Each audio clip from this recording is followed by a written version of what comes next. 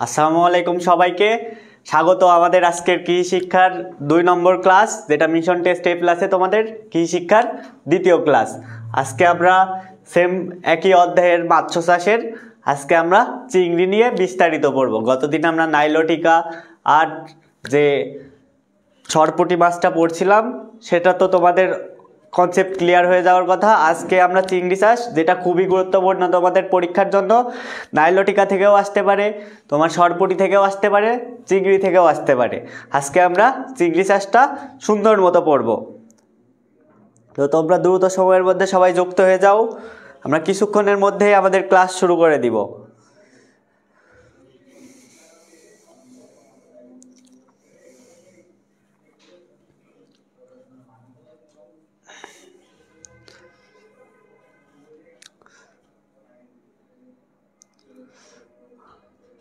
যারা সালাম দিচ্ছ সবাইকে ওয়ালাইকুম আসসালাম।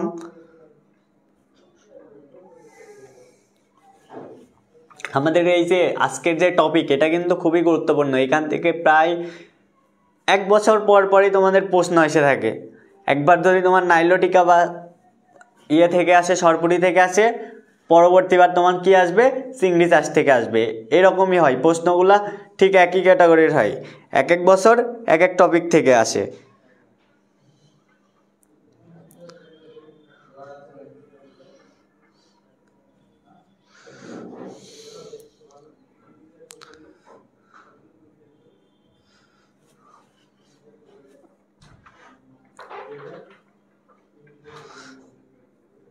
যারা সালাম দিচ্ছ সবাইকে ওয়ালাইকুম আসসালাম। কৃষি শিক্ষার একটা ক্লাস হয়েছে, আজকে আমাদের 2 নম্বর ক্লাস।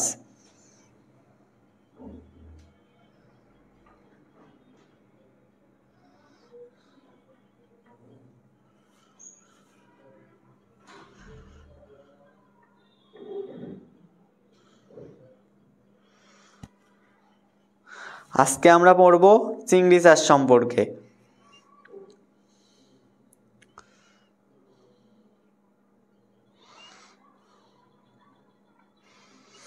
যারা সালাম দিচ্ছ সবাইকে ওয়ালাইকুম আসসালাম। বাস তো দিয়ে দিল ভাই, কি বাস দিল বুঝলাম না তোমার কথা আর কিছু। আলহামদুলিল্লাহ ভালো আছি, তোমরা কেমন আছো?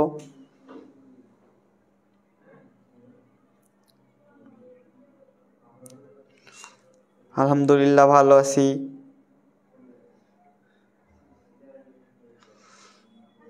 জানুয়ারির 2য় সপ্তাহে টেস্ট। হ্যাঁ, টেস্ট পরীক্ষা তো হবেই। তোমাদের ফাইনাল পরীক্ষার আগে টেস্ট পরীক্ষা সবারই হবে। কত বড় চ্যাপ্টার, অনেক বড়। আমাদের দ্বিতীয় পত্রে মোট 5টা অধ্যায় আছে, সব কয়টা অধ্যায়ই অনেক বড় বড় চ্যাপ্টার।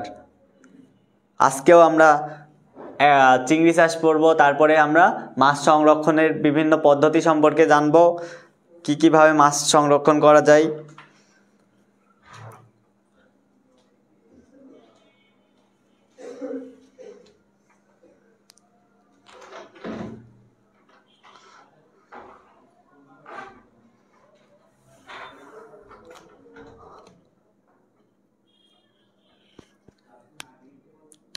চলো আমরা শুরু করে দিই আমাদের আজকের ক্লাস। দেখো আজকে আমরা কি পড়ব? আমরা চিংড়ি চাষ সম্পর্কে পড়ব। চিংড়ি তোমাদের জন্য এই যে চিংড়ি হাতে করে নিয়ে চলে আসছি, যেখানে বাগদা গলদা 2 ধরনের চিংড়ি আমাদের এই ব্যাগে আছে। এই ব্যাগে তোমাদের জন্য বাগদা গলদা চিংড়ি নিয়ে আসছি। এই চিংড়ি থেকে তোমাদের দেখাবো এই চিংড়ির কি বৈশিষ্ট্য আছে, কোন কোন বৈশিষ্ট্য থাকলে তাকে বাগদা চিংড়ি বলবো, কোন বৈশিষ্ট্য থাকলে তাকে গলদা চিংড়ি বলবো, সবগুলা দেখে নেব আমাদের এই যে আজকের এই টপিক থেকে। ঠিক আছে, তাইলে চলো শুরু করি। দেখো চিংড়ি চাষ, চিংড়ি চাষটা কি? বাংলাদেশে চিংড়ি চাষের জন্য ব্যাপক সম্ভাবনা হয়। বিশ্বের 19টি দেশে চিংড়ি চাষ করা হয়, যেখানে বাংলাদেশ চিংড়ি চাষে 5ম। বাংলাদেশ কিন্তু একটা হিউজ অ্যামাউন্টের বৈদেশিক মুদ্রা অর্জন করে এই যে চিংড়ি চাষ করে। বাংলাদেশের চিংড়ি চাষটা মূলত তোমার বিদেশে রপ্তানি নির্ভর। দেখবা দেশের খাদ্য চাহিদা পূরণের জন্য চিংড়িটা অনেক কম থাকে, বেশিরভাগ কিন্তু আমাদের রপ্তানির জন্য চিংড়ি চাষ করা হয়। বিশেষ করে তোমরা যদি খুলনা, সাতক্ষীরা মানে উপকূলীয় যে অঞ্চলগুলো আছে এইগুলোর দিকে তাকাও, তাইলেই তোমরা বুঝতে পারবা। ঠিক আছে, সে চিংড়ির কি কি কি কি কারণে তারা উৎপাদন করে, এটা কিন্তু এমসিকিউ এর জন্য গুরুত্বপূর্ণ। চিংড়ি চাষে বাংলাদেশ বিশ্বে কততম? চিংড়ি চাষে বাংলাদেশ বিশ্বে পঞ্চম। ঠিক আছে, চিংড়ি চাষে বাংলাদেশ বিশ্বে পঞ্চম। দেখো চিংড়ি কোথায় কোথায় চাষ করা হয়? নদী, খাল, ডোবা, পুকুর, বঙ্গোপসাগর। এই যে এইগুলো আছে না, নদী, খাল, ডোবা, পুকুর, বঙ্গোপসাগর, এইগুলার কারণেই কিন্তু আমাদের দেশে চিংড়ি চাষটা গুরুত্বপূর্ণ হয়ে উঠেছে।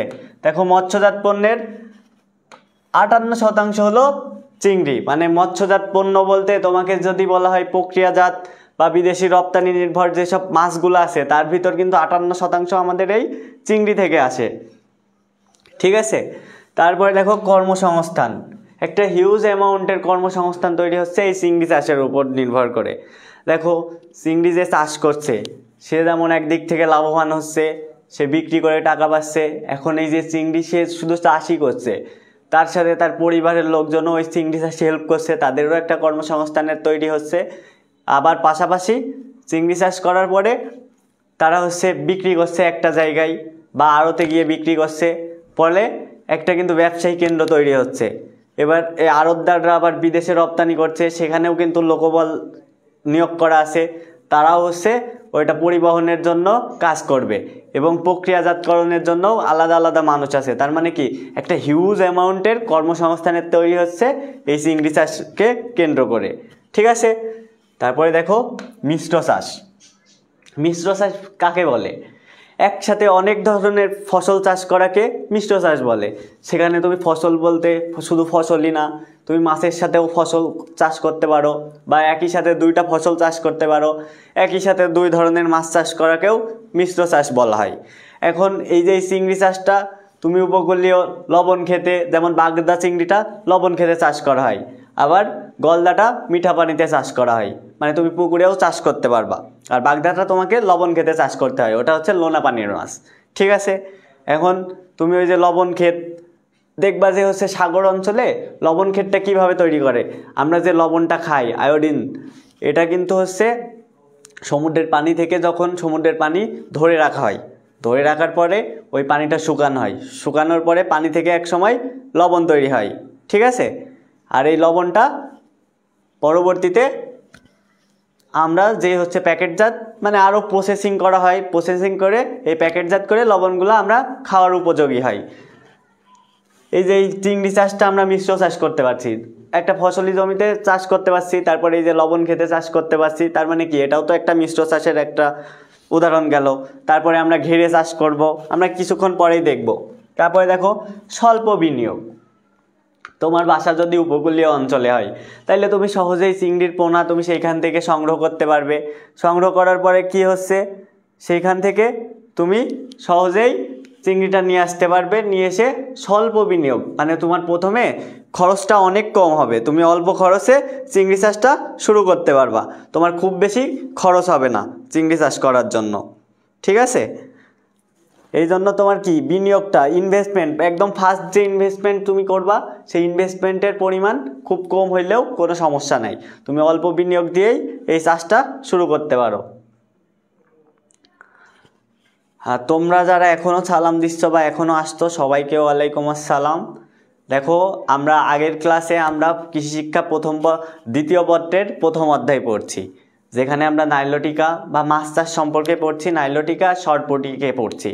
আজকে আমরা পড়ব বাগদা এবং গলদা, যেখানেও আমরা শেষ করতে পারবো না সম্পূর্ণ, কারণ এই অধ্যায়টা অনেক বড়, প্রায় যদি পার্ট হিসাব করো 35টা পার্ট আছে। এতগুলা পার্ট একসাথে শেষ করা সম্ভব না, আমরা অল্প অল্প করে শেষ করছি যাতে তোমাদের মাথায় থাকে। আর এই অধ্যায়টা খুবই গুরুত্বপূর্ণ, যেহেতু 5টা অধ্যায় 8টা সৃজনশীল আসবে, এখানে তুমি সহজেই যাতে পারো সেই জন্য সুন্দর মতো করে পড়ানো হচ্ছে। তারপরে যেটা আছে উপকূলীয় এলাকায় 40% জমি। চিংড়ি চাষটা মূলত ওই যে উপকূলীয় এলাকায়, উপকূলীয় এলাকা বলতে আমরা ওই যে বঙ্গোপসাগরের ওই পাশটা, যেটা তুমি ওই যে খুলনা, সাতক্ষীরা, বরগুনা, এই যে এই অঞ্চলটা কল্পনা করছো না, একদম ম্যাপের নিচের দিকে কল্পনা করো বাংলাদেশের ম্যাপটা যদি এই যে এমন হয়, দেখো ম্যাপটা কেমন হয় বাংলাদেশের ম্যাপ, এই যে এমন হইলে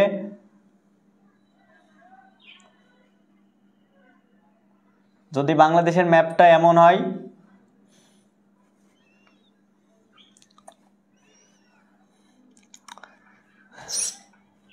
হয়নি ম্যাপটা আঁকা,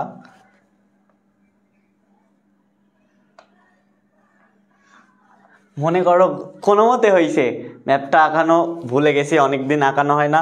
দেখো এই যে এই অঞ্চলটা আছে না বাংলাদেশের, এটাই কিন্তু এই যে এর পাশে যে অঞ্চলটা আছে এটাই উপকূলীয় অঞ্চল। এই অঞ্চলটাতেই মূলত আমাদের এই চিংড়ি চাষ করা হয়, আর এই 40% জমিতেই কিন্তু এই চিংড়ি চাষ করা হয়। ঠিক আছে, উপকূলীয় এলাকায় প্রায় 40% জমি আছে, এই জমিগুলোর বেশিরভাগই কিন্তু চিংড়ি চাষ করা হয়। কারণ কি, এখানে লোনা পানি, যখনই এই যে এইগুলো বঙ্গোপসাগরে পানি বৃদ্ধি পায়, এই পানিগুলো যখন এই অঞ্চলে ছড়িয়ে পড়ে, তখন কি ওই অঞ্চলে তো কোনো ফসল হবে না। কি করে ওরা, ফসল উৎপাদন না করে এই যে চিংড়ি চাষে ইনভেস্ট করে। ঠিক আছে,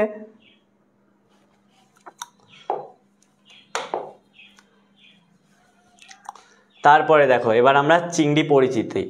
দেখো চিংড়ি হচ্ছে অমেরুদণ্ডী, মানে কি এর কোনো মেরুদণ্ড নেই। আর্থ্রোপোডা পর্বের, দেখো পর্বের তো অনেক জিনিস, যেমন মানুষ একটা পর্বের, কর্ডাটা পর্বের, এরা কোন পর্বের? আর্থ্রোপোডা পর্বের। আর পৃথিবীতে মোট 450 প্রজাতির চিংড়ি আছে। শুধু আমরা এখানে পড়ছি বাগদা গলদা, কিন্তু বাগদা গলদা ছাড়াও কিন্তু যদি এখানে 2টা হয়, এখনও 448টা চিংড়ির প্রজাতি এর বাইরে রয়েছে। ঠিক আছে,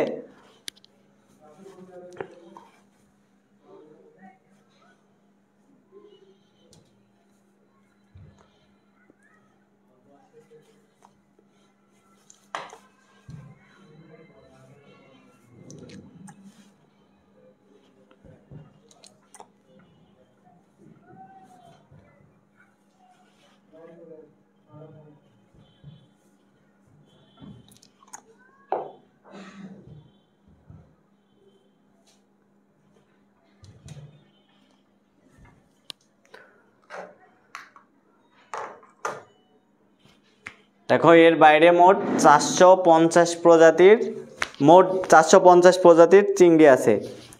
তোমরা অনেকেই বলছো যে হচ্ছে নামাজের ব্রেক। দেখো আমাদের মিশন টেস্ট এ প্লাসে একের পর এক ক্লাস হইতেই থাকে। তোমরা যারা আমাদের লাইভ চলতেই থাকুক, তোমরা যারা হচ্ছে ক্লাস বা নামাজের জন্য যাইতে চাও, তারা নামাজ পড়ে এসে আবার ক্লাস করতে পারো।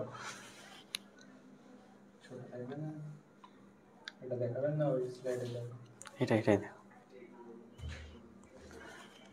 দেখো আমাদের FRB 4.0 কোর্সের ভর্তি কিন্তু শুরু হয়ে গেছে গত 24 তারিখ থেকে। ইতিমধ্যেই প্রায় 700+ স্টুডেন্ট এনরোল করে ফেলছে। তোমরা যারা এখনও এনরোল করনি, দেখো এখানে অনেকগুলো ফিচার আছে আমাদের এই যে FRB 4.0 কোর্সে।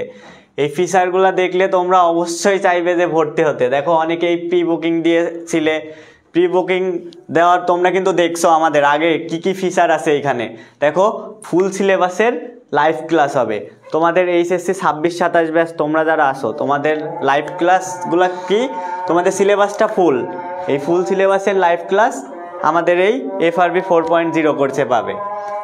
দেখো তারপরে আর কি পাবে, FRB 3.0 কোর্সের রেকর্ডেড ক্লাস।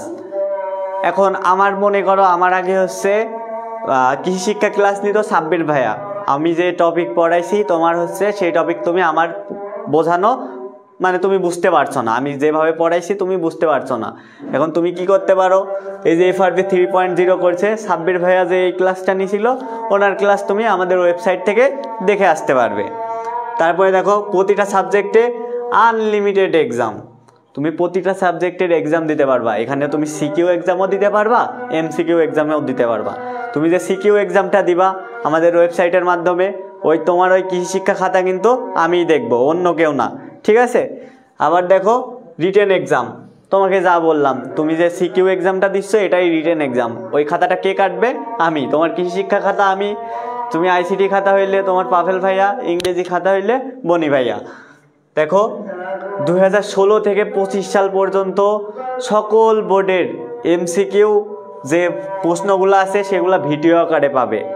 তোমার মানে 2016 সাল থেকে 2025 সাল পর্যন্ত যে এমসিকিউগুলো আসছে বিগত বছরে সবগুলা তোমরা ভিডিও আকারে এখানে পেয়ে যাবে।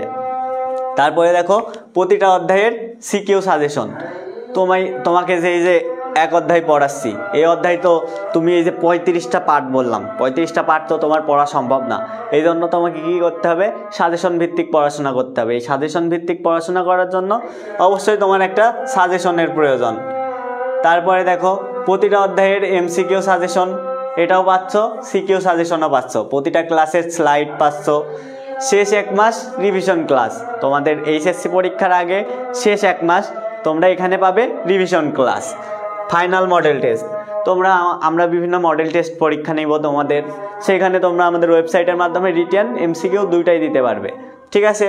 এবং 27 ব্যাচের ফাইনাল পর্যন্ত রেকর্ডেড ক্লাস। তোমরা তো শুধু 26 ব্যাচই এখানে ভর্তি হবা না, 27 ব্যাচও ভর্তি হবা।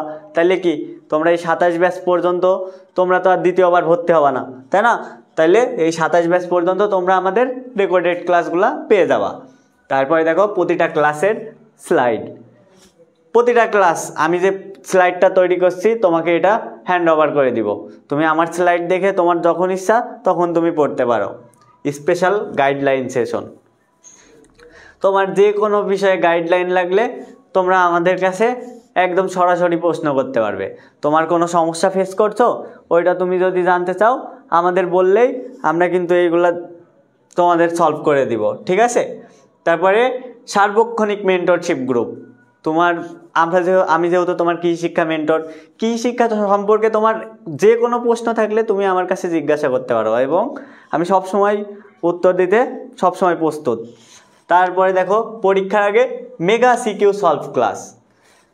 তোমার তো সিকিউ তো একটা হিউজ একটা বিষয়, দেখো এখানে তুমি এতগুলা টপিক পড়ে শেষ করতে পারবে না। এখন তোমাকে সাজেশন ভিত্তিক আমরা কিছু সিকিউ দিব, এই সিকিউগুলা তোমরা সলভ করবা, যেগুলা খুবই গুরুত্বপূর্ণ বিগত বছরে আসছে। দেখো আমাদের বোর্ড প্রশ্ন একটা প্যাটার্ন ফলো করে, কি যে বিগত বছরে যেরকম প্রশ্ন আসছে পরবর্তী বছরেও আবার একই রকমের প্রশ্ন আসে, ঠিক আছে।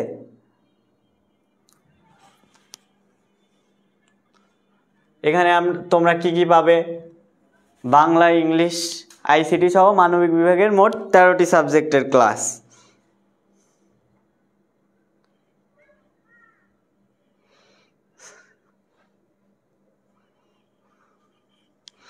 আর নাসির পচানোর জন্য আসতস। নাসির তোর হচ্ছে কমেন্ট দেখে আমি তো আর কমেন্ট বক্সই চেক করছি না, তুই কেন আইসস। দেখো তোমরা এখানে কি পাবে, আমাদের কম্বো কোর্সে যদি ভর্তি হও, কম্বো কোর্স কি নিয়ে গঠিত, আমাদের বাংলা, ইংলিশ, আইসিটি, এখানে তুমি 40টা ক্লাস পাবে। ইংরেজির জন্য 40টা ক্লাস, বাংলার জন্য 35টা, আইসিটির জন্য 25টা। দেখবা আমাদের হচ্ছে এইচএসসিতে সবচাইতে বেশি ফেল করে এই যে ইংরেজি আর আইসিটি। দেখো এখানে ইংরেজি আর আইসিটির যে কোর্সের ক্লাসগুলা এখানে সবচাইতে বেশি। এখন তোমরা যদি ভর্তি হতে চাও, আমাদের এই কোর্সের ফি কিন্তু 4500 টাকা, কিন্তু এখন পর্যন্ত ডিসকাউন্ট চলছে, ডিসকাউন্টে ভর্তি হতে পারো মাত্র 2250 টাকা। 4500 টাকার কোর্স 2250 টাকা। এখন তুমি চাচ্ছ যে তুমি শুধু বনি ভাইয়ের ইংরেজিতে ভর্তি হবা অথবা তুমি পাভেল ভাইয়ের আইসিটিতে ভর্তি হবা। এই ক্ষেত্রে তোমার কি করতে হবে, তোমাকে 1250 টাকা দিয়ে ওই যে স্পেসিফিক যে কোর্সটাতে তুমি ভর্তি হতে যাচ্ছ ইংরেজি অথবা আইসিটি, তুমি সেখান থেকেই তুমি 1250 টাকা পেমেন্ট করলেই তুমি ওই কোর্সটার এনরোলমেন্ট পেয়ে যাবে। তারপরে দেখো মানবিকের 13টা সাবজেক্ট। দেখো 13টা সাবজেক্ট, তোমাদের তো 13টা সাবজেক্ট থাকবে না, তোমাদের যে কোনো 4টা সাবজেক্ট, যার যে সাবজেক্ট আছে, কারোর আছে অর্থনীতি, মনোবিজ্ঞান, কৃষি শিক্ষা আর হচ্ছে জিওগ্রাফি, এই 4টা। আবার আরেকজনের থাকতে পারে এই যে ইসলাম শিক্ষা, ইতিহাস, পরিসংখ্যান, তারপরে যুক্তিবিদ্যা। এইগুলা থাকতে পারে, এক একজনের এক এক রকম থাকবে। তোমরা কিন্তু মানবিক বিভাগের মোট 13টা সাবজেক্টই আছে, এই 13টা সাবজেক্টের ক্লাসগুলা আমাদের এখানে পেয়ে যাবা। দেখো এই যে 13টা সাবজেক্টে যদি তুমি আলাদা আলাদা করে ভর্তি হতে যাও কিন্তু প্রচুর টাকা খরচ হবে তোমার। এখানে তুমি 5,000 টাকা, তুমি যদি মাত্র 4টা কোর্সে ভর্তি হতে তোমাকে 5,000 টাকা পেমেন্ট করতে হবে, কিন্তু এখনও আমাদের ডিসকাউন্ট চলছে, তুমি 2500 টাকায় ভর্তি হতে পারবা। আর এখন যদি তুমি মাত্র একটা কোর্সে ভর্তি হতে চাও তাহলে কি তোমাকে 1000 টাকা, তুমি মাত্র 2টা কোর্সে ভর্তি হতে চাচ্ছ তাহলে তোমাকে কিন্তু 2000 টাকা পেমেন্ট করতে হবে। তাই কি তোমাদের একসাথে এই যে গ্র্যাব করা উচিত যে তুমি যে কোনো 4টাতে ভর্তি হবা, একবারে ভর্তি হইলেই তুমি সুন্দর মতো পেয়ে যাবা কোর্সগুলা। তারপরে দেখো আরেকটা আছে কি আমাদের বান্ডেল কোর্স। এখানে তুমি বাংলা, ইংলিশ, আইসিটি সহ মানবিক বিভাগের 13টি সাবজেক্ট, তোমার যে সাবজেক্ট আছে সেই সাবজেক্টের ক্লাসগুলো তুমি পেয়ে যাবা। এই কোর্সটার মূল্য কত? 9,500 টাকা, কিন্তু এখন পর্যন্ত ডিসকাউন্ট চলাকালে তুমি কয় টাকায় পাচ্ছ? মাত্র 3800 টাকায়। এই বান্ডেল কোর্সে তোমরা কিন্তু ভর্তি হইলেই পেয়ে যাবা আমাদের হুডি। আমাদের এই যে আমি যে হুডিটা পরে আছি না, এই যে এইখানে যেহেতু টিচার লেখা আছে, তোমাদের তো আর টিচার লেখা থাকবে না, হয়তো বা বেস্ট স্টুডেন্ট এইগুলা লেখা থাকবে। তো বান্ডেল কোর্সে যারা ভর্তি হয়ে যাবা অবশ্যই এইগুলা পেয়ে যাবা, ঠিক আছে। একই বাংলা, ইংলিশ, আইসিটিতে 2250, কম্পালসারিতে 1250, আর গ্রুপ সাবজেক্টে 2500 টাকা তোমার ওই যে কয়টা আছে গ্রুপ সাবজেক্ট, আর ইন্ডিভিজুয়াল গ্রুপ সাবজেক্ট 1000 টাকা।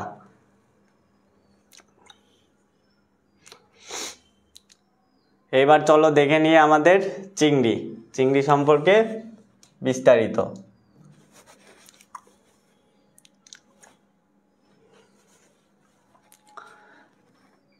দেখো চিংড়ির দৈহিক বৈশিষ্ট্য, এদের ক্যারাপেস ও রোস্টাম শিরবক্ষ, মানে শির মানে কি মাথা, শিরবক্ষ কি থাকে?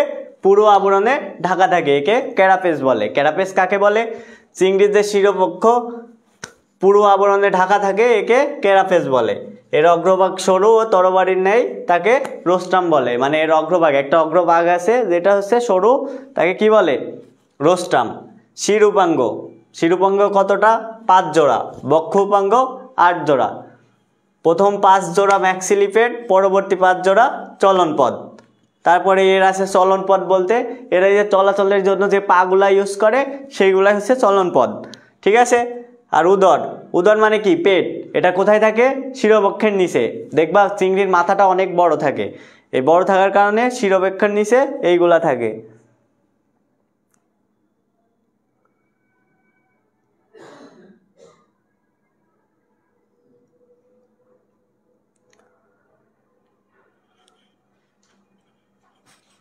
তারপরে দেখো এখন আমরা দেখি কি কি থাকে চিংড়ির। এই যে এই চিত্রটা দেখো, রোস্টাম কি? এই যে আমরা এতক্ষণ চিংড়ির যে বৈশিষ্ট্যগুলা দেখলাম, চিংড়ির মাথার কাছে যে এই যে সুরের মতো একটা বস্তু আছে না চিংড়ির একদম মাথার উপরে, এটাই হচ্ছে রোস্টাম, ঠিক আছে। এটা হচ্ছে উপরে, একদম উপরের অংশে যেটা আছে এই যে এরকম বক্র, ওইটাই হচ্ছে রোস্টাম। তারপরে দেখো সুর, তার নিচে একটা এরকম একটা অংশ নিচের দিকে চলে গেছে, হাতির সুরের ন্যায় দেখো নিচে চলে গেছে, এইগুলাই কিন্তু সুর, ঠিক আছে। তারপরে এই যে সুরের নিচে যেটা আছে ওইটাকে কি বলছে? শুঙ্গাণু, ঠিক আছে। তারপরে এই যে ম্যাক্সিলিপেড, এই যে নিচের এই অংশটা হচ্ছে ম্যাক্সিলিপেড।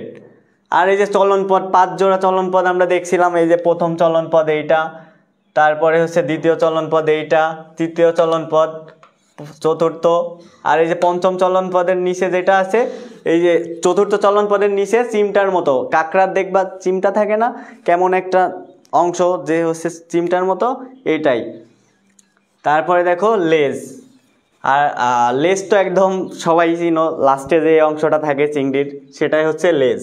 লেজের এই যে কোনায় যে অংশটা আছে, মানে লেজ আর হচ্ছে উদরের সাথে যে অংশটা তোমাকে যোগ করছে ওটাকে কি বলছে? টেলসন। আর এই যে এতটুকু কিন্তু এর মাথা, ঠিক আছে। আর এই যে মাথার এই যে পরের অংশটাকে কি বলছে? উদর, উদরখণ্ড মানে কি এর পেট, এর পেট দেখো মাথা আর পেট দুইটা প্রায় সমান, এটা কি গলদা চিংড়ির ক্ষেত্রে মাথা আর পেট দুইটা প্রায় সমান হয়। ঠিক আছে, এবার আমরা কিছু এমসিকিউ সলভ করব, তোমরা উত্তর দিবে। গত ক্লাসের এমসিকিউ, মৎস্য চাষের ইংরেজি প্রতিশব্দ কি? বলো, আমাদের গত ক্লাসে সবগুলা পড়ানো হয়েছিল।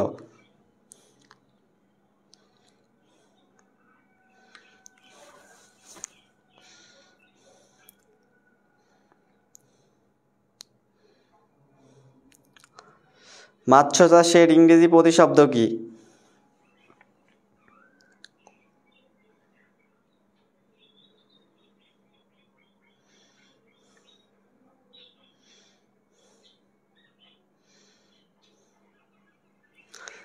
নাসির, তুইও কৃষি শেখ, আমাদের সাথে ক্লাস করে কৃষি শেখ, বুঝছস?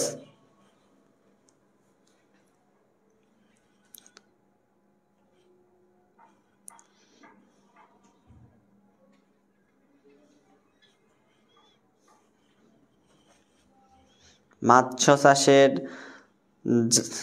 যারা একের খ দিচ্ছ তাদের উত্তর সঠিক। মৎস্য চাষের ইংরেজি প্রতিশব্দ অ্যাকোয়াকালচার, আর মৎস্য চাষের ইংরেজি প্রতিশব্দ পিসিকালচার। যারা পিসিকালচার দিচ্ছ তাদের উত্তর ভুল, তাদের উত্তর ভুল যারা হচ্ছে পিসিকালচার দিচ্ছ। তারপরে দেখো, কোন দেশে প্রথম মাছ চাষ শুরু হয়? কোন দেশে প্রথম মাছ চাষ শুরু হয়?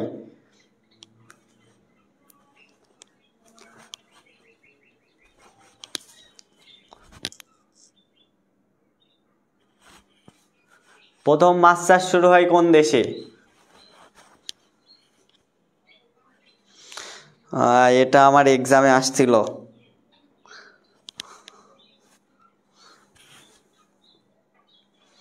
তোমরা একটু ইন্ডিকেট করে দাও, একের খ, দুইয়ের গ, খ এমন করে ইন্ডিকেট করে দাও, তাহলে বুঝতে সুবিধা হবে। তোমরা যদি শুধু খ লিখো, কোনটার খ অনেকে কমেন্ট করছো, তার মানে কি বুঝতে পারবো না। সো তোমরা একটু ইন্ডিকেট করে দাও।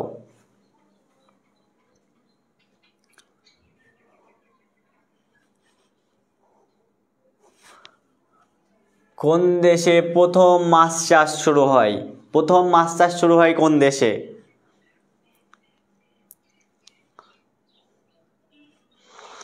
মূলা চাষ কেমনে করব? বিনা চাষে মূলা, কোনো চাষ করা লাগবে না, ওই মূলাটা লাগাই দিলেই হবে। আর শীতে মূলা কিন্তু অনেক ফেমাস, তাড়াতাড়ি লাগাই ফেল।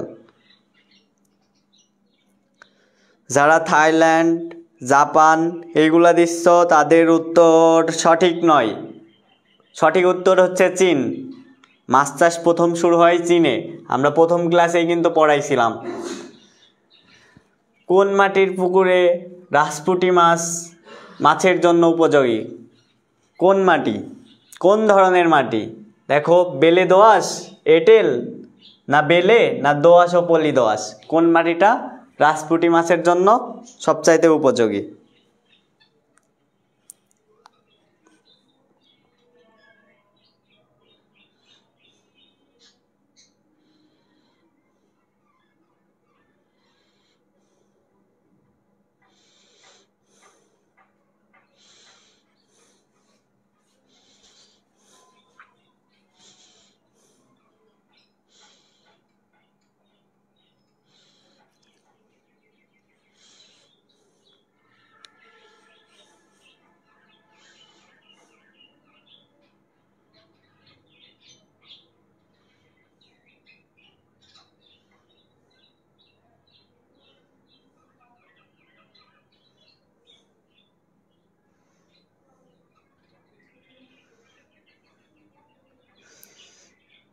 সঠিক উত্তর তিনের গ।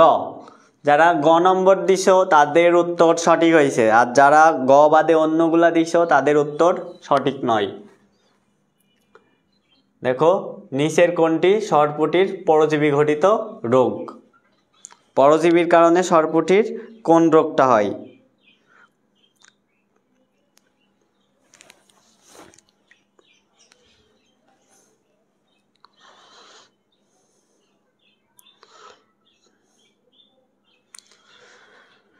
নিচের কোনটি সরপুঁটির পরজীবী ঘটিত রোগ?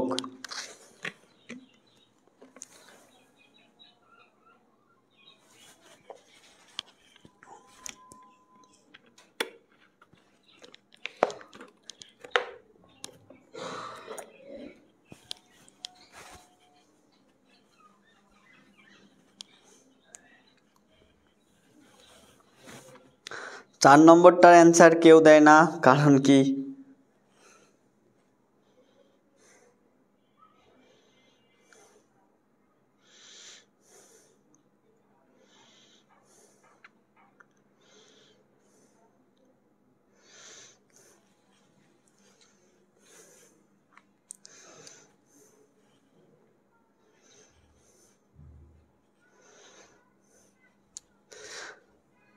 যারা 4-এর ঘ নম্বর দিছ তাদের উত্তর সঠিক, সাদা রাগ রোগ পরজীবী ঘটিত।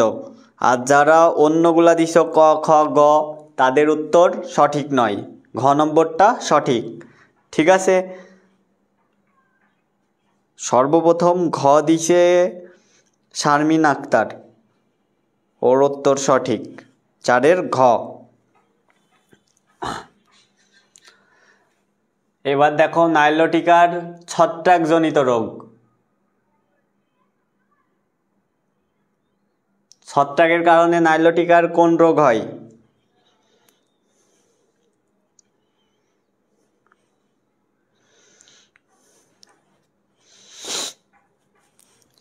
ছত্রাকের কারণে নাইলোটিকার কোন রোগ হয়?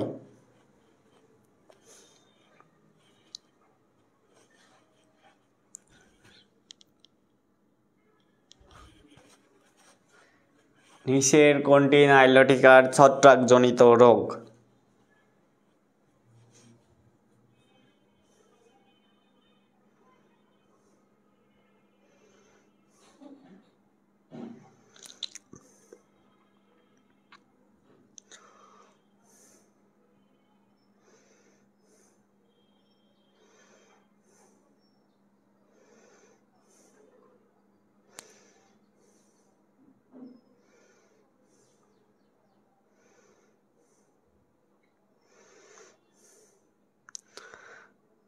যারা 5-এর খ নম্বর দিছ তাদের সবার উত্তর সঠিক, ক্ষতরোগ।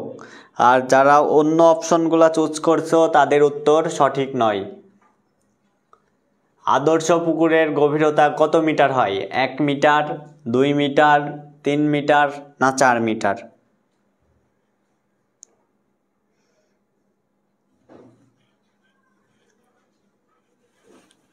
আদর্শ পুকুরের গভীরতা কত মিটার হয়?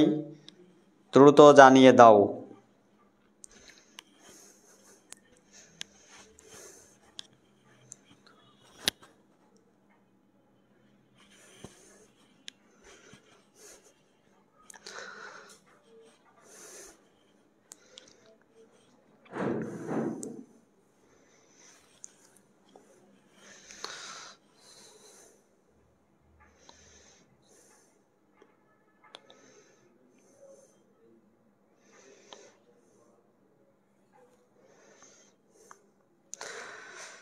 সাধারণত পুকুরের গভীরতা 1.5 থেকে 3 মিটার হয়, কিন্তু আদর্শ পুকুরের গভীরতা কয় মিটার হয়?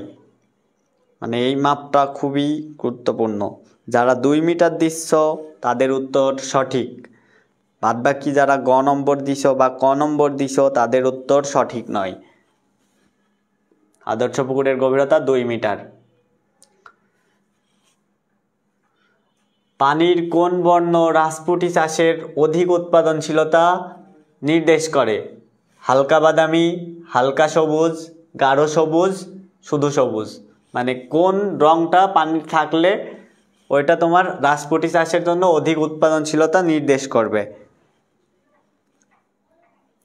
একটু দ্রুত জানিয়ে দাও আমাদের 7 নম্বর প্রশ্নের উত্তর।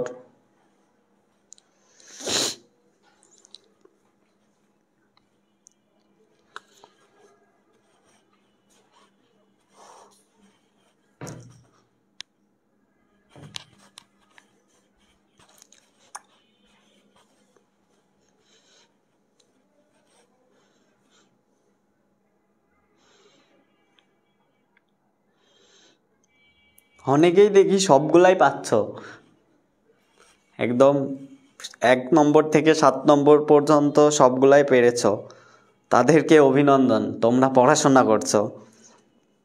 আবার অনেকের দেখলাম যে 7টায় 5টা হচ্ছে, 2-1টা হয়নি, এগুলা মনে না থাকার কারণেও হইতে পারে। কিন্তু যাদের একটাও হচ্ছে না, তাইলে তোমরা বুঝো এই যে এইখানে যারা কমেন্ট করছে, যারা পারছে তারা অবশ্যই তোমার থেকে ভালো পড়াশোনা করছে, আর তোমরা যারা ভালো পড়াশোনা করছো না তারা পারছো না। এর মধ্যে কথা এই, তোমাদের থেকে ওদের ডিফারেন্সটা এই। যারা 7-এর খ নম্বর দিছো তাদের সবার উত্তর সঠিক। হালকা সবুজ, গাঢ় সবুজও না, শুধু সবুজও না, হালকা সবুজ, যে পানিটা থাকলে সেখানে সবচেয়ে বেশি উৎপাদনশীলতা হবে রাজপুঁটি মাছের। পানিতে প্রাকৃতিক খাদ্য পরীক্ষার পদ্ধতি 9 কোনটি? হাত পরীক্ষা, সেকিডিস্ক পরীক্ষা, গ্লাস পরীক্ষা, লোহার দণ্ড পরীক্ষা। পানিতে প্রাকৃতিক খাদ্য মানে তোমার পানিতে প্রাকৃতিক খাদ্য আছে কিনা সেটা পরিমাপ করা হয় কোন পদ্ধতিগুলো দিয়ে, আর পরিমাপ করা হয় না এখানে কোন পদ্ধতিটা দিয়ে পরিমাপ করা হয় না। 8 নম্বর।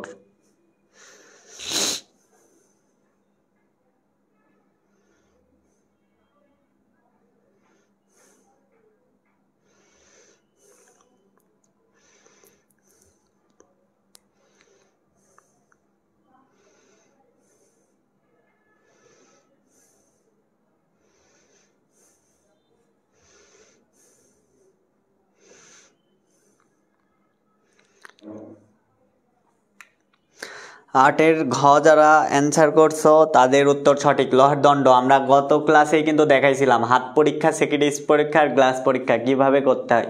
ওইগুলা দিয়ে প্রাকৃতিক খাদ্য টেস্ট করা যায়, কিন্তু ওইটা দিয়ে করা যায় না। পুকুরে রোটেনন প্রয়োগ করা হয় কি কারণে? রোটেনন কেন প্রয়োগ করা হয় পুকুরে? মাছের খাদ্য হিসেবে, জলজ আগাছা নিধনে, প্লাঙ্কটন জন্মাতে, নাকি রাক্ষসে মাছ নিধন করতে? কি কারণে রোটেনন প্রয়োগ করা হয়?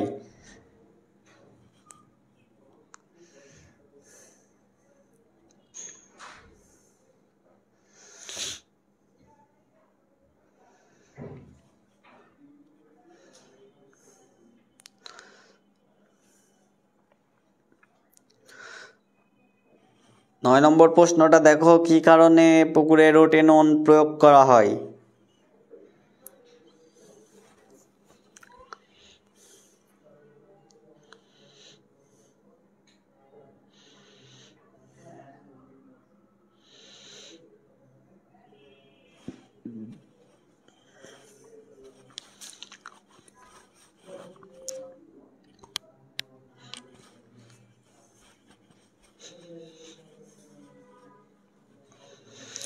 যারা 9-এর ঘ নম্বর দিচ্ছ রাক্ষসে মাছ নিধনে, তাদের উত্তর সঠিক, তাদের উত্তর সঠিক। তারপরে দেখো নাইলোটিকার বৈশিষ্ট্য কেমন? দ্রুত বর্ধনশীল, দেখতে সরপুঁটির মতো, সারা বছর চাষ করা যায়। কি কি বৈশিষ্ট্য আছে নাইলোটিকার? যারা 9-এর খ না, সাদিয়া 9-এর ঘ।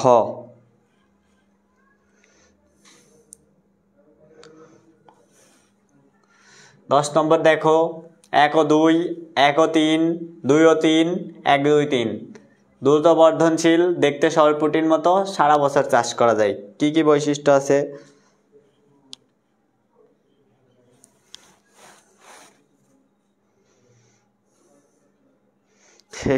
দশের উ, এখানে তো উঙো নেই, তুমি কিভাবে উঙো পাইলা?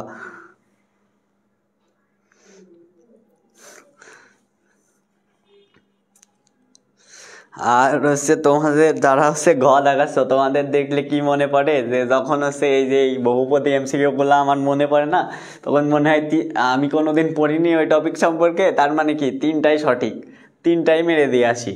তোমাদের এই ঘ নম্বর বলা দেখে এই মনে হইলো।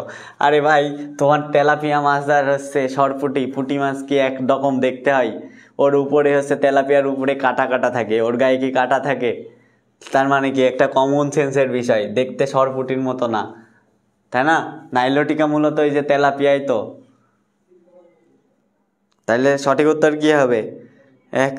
1 ও 3। দ্রুত বর্ধনশীল আর সারা বছর চাষ করা যায়। 1 ও 3। ঠিক আছে, আজকের মতো আমাদের এমসিকিউগুলো ছিল এইগুলাই। দেখো, বাংলাদেশে 2 প্রজাতির চিংড়ি চাষ করা হয়। কয় প্রজাতির? 2 প্রজাতির। একটা হচ্ছে গলদা আর একটা বাগদা। গলদা চিংড়িটা দেখো আকারে বড়, আর বাগদা চিংড়ি কেমন হয়? আকারে একটু ছোট। 2 জোড়া নখ, পা ছোট এবং লোনা পানির। ঠিক আছে, আর এই যে বাগদা চিংড়ির 3 জোড়া নখ, 2 জোড়া নখ থাকে হচ্ছে বাগদা চিংড়ির। এটা এখান থেকে চলে আসছে, বুঝছো? 3 জোড়া নখ, পা বড় এবং স্বাদু পানিতে হয় এই যে গলদা, আর বাগদা হয় লোনা পানি। এই যে এই অংশটা, এই যে এইখানে কমার এই জায়গায় হবে, এটা নিচে চলে আসছে। এবার আমরা গলদা চিংড়ি সম্পর্কে জানবো। দেখো, স্থানীয় বা অন্যান্য নাম। গলদা চিংড়ির আরেকটা নাম কি বলে? গেদা চিংড়িও বলা হয়, বা শলা চিংড়ি বা বড় ইচা চিংড়িও বলা হয়। প্রাপ্তি স্থান বা আবাসস্থল, এরা মিঠা পানি অথবা লবণাক্ত পানি প্রকৃত আবাস। সাধারণত বাগেরহাট, চাঁদপুর, দাউদকান্দি ও চট্টগ্রামের কর্ণফুলী নদীতে পাওয়া যায়। দেখো, দৈহিক বৈশিষ্ট্য, এদের বৈশিষ্ট্য কি কি আছে? গলদা চিংড়ি সাধারণত হালকা নীল থেকে হালকা সবুজ বর্ণের হয়। কেমন বর্ণের? হালকা নীল থেকে হালকা সবুজ। রোস্টাম কেমন? লম্বা ও বাঁকানো। রোস্টাম কিন্তু ওই যে সুরের উপরে এইরকম একটা বেঁকা অংশ দেখলাম না, ওইটাই কিন্তু রোস্টাম। এটা কি? লম্বা ও বাঁকানো হয়, একটু লম্বা, সামনে থেকে একটু বাঁকানো। এর দ্বিতীয় চলন পথ বড়। দ্বিতীয় মানে 2 নম্বর চলন পথ, এর চলাচলের যে পথটা, এটা বড় এবং সাঁড়াশিযুক্ত, এবং নীল ও কিছুটা কালচে রঙের হয়ে থাকে। একই সাথে নীল এবং কিছুটা কালচে রঙের। ঠিক আছে, তারপরে দেখো, রোস্টামের উপরে 11 থেকে 14টি দাঁত এবং নিচে 8 থেকে 14টি দাঁত থাকে। দাঁত সামান্য বাঁকানো। ক্যারাপেসের দ্বিতীয় খণ্ড কি? নিচের দিকে সরু। ক্যারাপেস ওই যে শিরোপেক্ষর নিচের অংশটা হচ্ছে ক্যারাপেস। এই ক্যারাপেসটার নিচের অংশ কেমন? সরু, দ্বিতীয় খণ্ডের। গলদার পোনার খোলসে 2 থেকে 5টি কালচে আড়াআড়ি দাগ থাকে। প্রথম ও দ্বিতীয় জোড়া পা চিমটাযুক্ত।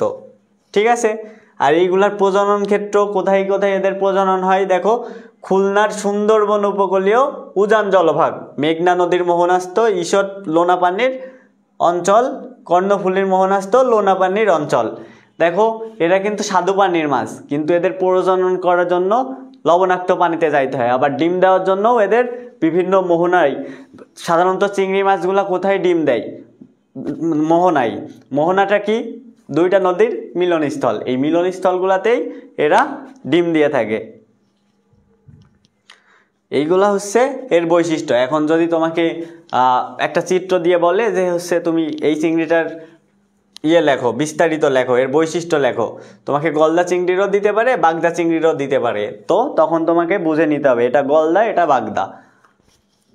আমরা একটু পরেই চিত্র দেখব গলদা ও বাগদার।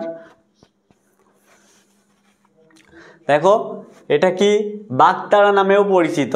মোহনায় পোস্ট লার্ভা, পিএল ও জুভেনাইল। সমুদ্রে পূর্ণবয়স্ক বাগদা চিংড়ি পাওয়া যায়। পোস্ট লার্ভা মানে কি?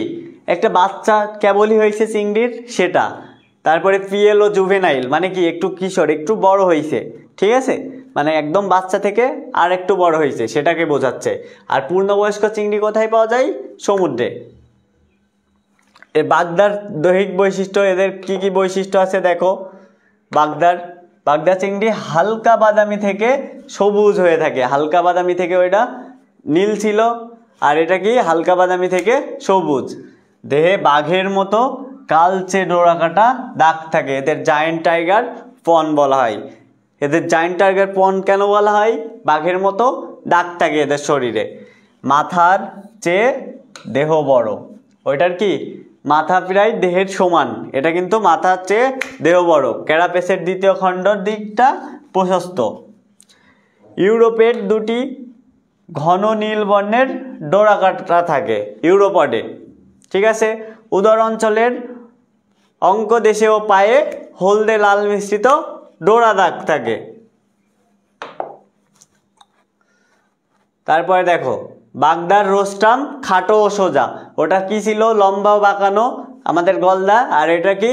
খাটো আর সোজা। রোস্টামের উপরের দিকে 8টি এবং নিচের দিকে 3টি কাটা বা খাঁজ থাকে, ঠিক আছে। প্রজনন ক্ষেত্র, কোথায় প্রজনন হয়?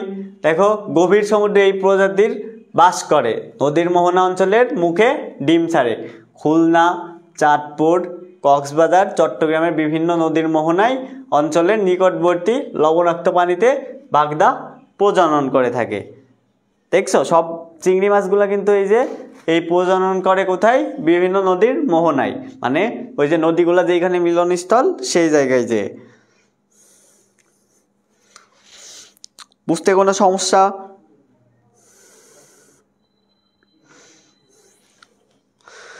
ক্যারাপাস কি? ওই যে চিংড়ির মাথার যে অংশটা আছে না, ওইটাকেই ক্যারাপেস বলছে।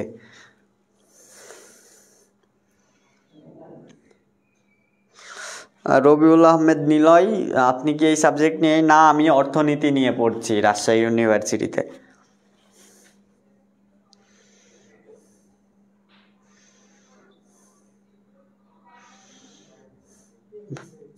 দেখো তোমাকে এখানে বৈশিষ্ট্যগুলো চাইতে পারে, যে এই যে চিংড়ির বাগদার কি কি বৈশিষ্ট্য, গলদার কি কি বৈশিষ্ট্য, এই বৈশিষ্ট্যগুলো সুন্দর মতো করে লিখে নিবা।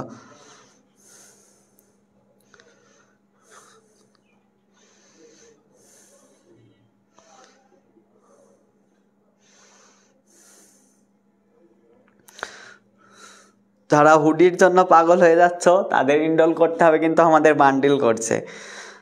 যারা এখনো সালাম দিচ্ছ তোমাদেরকে ওয়ালাইকুম আসসালাম। হ্যাঁ, কোন অংশ? এই যে তোমাকে এটাই তো বললাম যে এই যে বৈশিষ্ট্যগুলো আসতে পারে, এই বৈশিষ্ট্যগুলো নোট করতে হবে।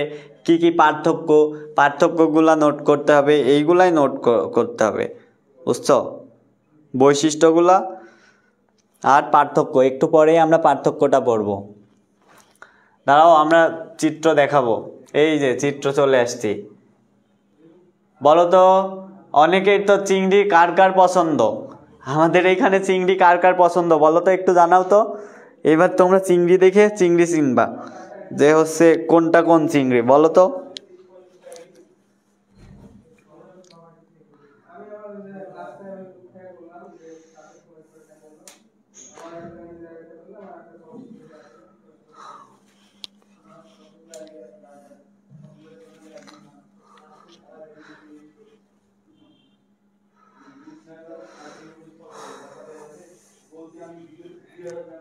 কোনটা কোন চিংড়ি কার কার পছন্দ?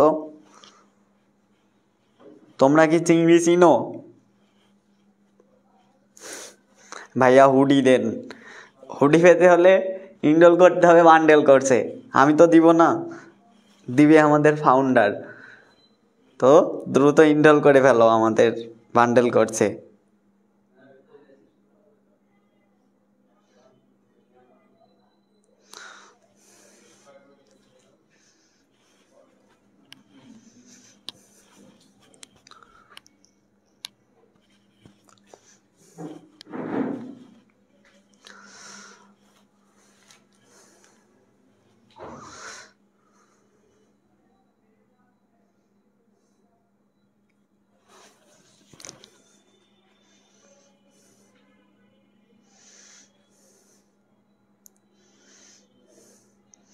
যারা বলছো প্রথমটা বাগদা নিচেরটা গলদা, তাদের উত্তর সঠিক। বাদ বাকি যারা গলদা বলছো তাদের উত্তর সঠিক না।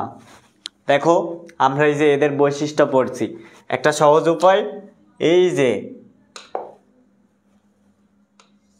এর মাথাটা দেখো, মাথাটা কিন্তু এটা মাথার কিন্তু এইটুকুই এর মাথা, ঠিক আছে।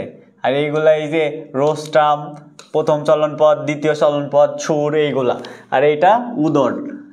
বাগদার ক্ষেত্রে কি হয়? এই যে এই পর্যন্ত উদর, ঠিক আছে। বাগদার ক্ষেত্রে কি হয়? যে এর উদরের চাইতেও মাথাটা ছোট হয়। আর গলদার ক্ষেত্রে কি হয়?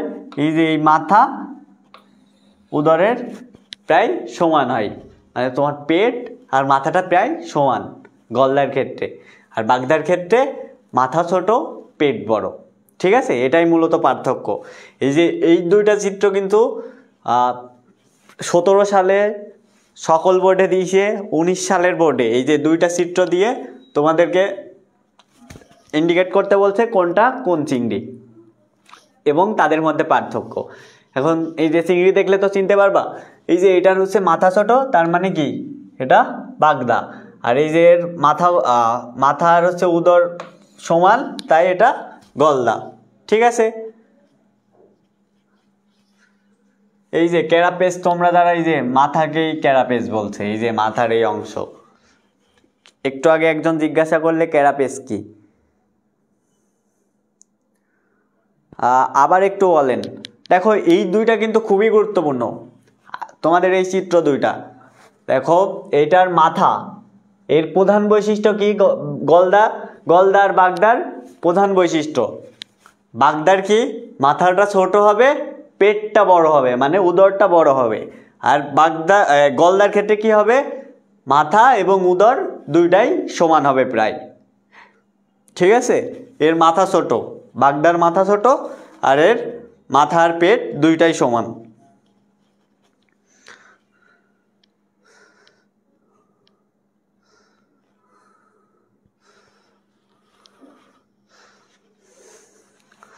বুঝতে পারছো কারোর কি এই বিষয়ে প্রশ্ন? এটা কিন্তু খুবই গুরুত্বপূর্ণ, প্রায় 1 বছর পর পরে এই প্রশ্নটা তোমাদের বোর্ড পরীক্ষায় আসে। এরকম একটা চিত্র দিয়ে দিবে, দিয়ে তোমাকে ধরে নিতে হবে কোনটা কোন চিংড়ি। ঠিক সেম চিত্রই দিবে, আলাদা কোনো চিত্র দিবে না, এই একই চিত্র।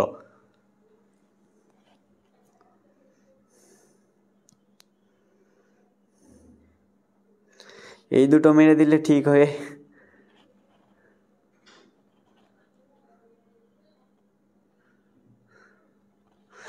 ঠিক আছে, ক্লিয়ার? তাইলে আমরা এর পার্থক্য দেখব। দেখো এখন তোমাকে এই দুইটা চিত্র দিয়ে তোমাকে ইন্ডিকেট করতে বললো, তোমাকে গ নম্বরে দিল যে হচ্ছে মনে করো এই যে বাগদাটা ক চিত্র ছিল আর ওইটা খ চিত্র ছিল গলদাটা। এখন তোমাকে বললো ক চিত্রের বৈশিষ্ট্য লেখো গ নম্বরে। ঘ নম্বরে কি দিতে পারে, যে চিত্র দুইটা কোন কোন চিংড়িকে নির্দেশ করে, তাদের মধ্যে তুলনামূলক বৈশিষ্ট্য তোমার উত্তরের সপক্ষে যুক্তি দাও বা লিখো। এখন তোমাকে তো এইগুলোর মধ্যে কি তুলনামূলক যুক্তি দিতে বলছে, মানে কি তোমাকে এটার পার্থক্য দেখাইতে হবে। পার্থক্য দেখাইতে কি করতে হবে, দেখো প্রথমেই কি মাথার পার্থক্য। দুইটার মধ্যে কিন্তু মেন পার্থক্য হচ্ছে মাথায়। গলদার মাথা বড়, দেহের ওজনের প্রায় অর্ধেক, মানে কি মাথা বড় গলদার, প্রায় দেহের ওজনের অর্ধেক, মানে দেহ মানে কি ওই যে উদর অংশটা লেজ পর্যন্ত, মানে মাথার পরবর্তী অংশটা, ওইটার অর্ধেকই কিন্তু এর মাথার ওজন। ঠিক আছে, আর বাগদার কি মাথা ছোট, দেহের ওজনের প্রায় 1/3। আমরা দেখলাম তো বাগদার মাথাটা ছোট, ওর পেটটা অনেক বড়, ওইটার কি বলছে 1/3, মানে 3 ভাগের 1 ভাগ ওর মাথাটা ওর শরীরের। তারপরে দেখো রোস্টাম, ওই যে সুরের মতো এরকম বাঁকানো একটা উপরে অংশ ছিল, ওইটাই হচ্ছে রোস্টাম। রোস্টামটা কেমন, লম্বা বাঁকানো, এটা কি একটু লম্বা, গলদার ক্ষেত্রে লম্বা আর বাঁকানো, আর বাগদার ক্ষেত্রে কি খাটো ও সোজা, মানে একটু ছোট হবে, সোজা, বাঁকানো না। রোস্টামে কাটার সংখ্যা বা দাঁত যে অংশটা উপরিভাগে 11 থেকে 14টা, নিচের দিকে 8 থেকে 14টা। ঠিক আছে, গলদার ক্ষেত্রে উপরিভাগে 11 থেকে 14টা, নিচের দিকে 8 থেকে 14টা। এর ক্ষেত্রে উপরের দিকে 7 থেকে 8টি, নিচের দিকে 2 থেকে 3টি। অ্যান্টেনিউল কি, গলদার 3টি ফ্লাজেলা যুক্ত, এর 2টি ফ্লাজেলা যুক্ত। ঠিক আছে, এটা হচ্ছে এই যে তোমার পার্থক্য। এই পার্থক্য কিন্তু আসতে পারে, এইগুলা লিখে দিলেই কিন্তু তুমি পূর্ণ মার্ক পাবে। আমি যে 8টা বৈশিষ্ট্য দিয়ে পার্থক্য দেখাইছি, এইগুলা লিখলেই এনাফ। তারপরে দেখো আবাসস্থল, গলদা চিংড়ি স্বাদু পানিতে। ঠিক আছে, আর বাগদা কোথায়, লোনা পানিতে, মানে লবণাক্ত পানি, আর স্বাদু পানি বা মিঠা পানি। ঠিক আছে, বর্ণ হালকা নীল থেকে সবুজ। গলদা কেমন হয়? হালকা নীল থেকে সবুজ। আর বাগদা হালকা বাদামি, মানে একটু বাদামি বর্ণের হয়। আর এটা কি? হালকা নীল থেকে সবুজ। ডোরা দাগ, উদর অংশে হালকা ধূসর দাগ দেখা যায়, মানে খুবই কম, ডোরা দাগ খুব একটা বেশি থাকে না। এর উদর অংশে ডোরা কাটা দাগ দেখা যায়, এই জন্য হচ্ছে টাইগার প্রন বলা হয়, এই যে ডোরা কাটা দাগ আছে বলে, বাঘের মতো। তৃতীয় ম্যাক্সিলিপেড 4 থেকে 6টি সন্ধি বিশিষ্ট, আর এটা 7টি সন্ধি বিশিষ্ট। ঠিক আছে, তৃতীয় ম্যাক্সিলিপেড। বুঝতে পারছো এই দুইটার পার্থক্য?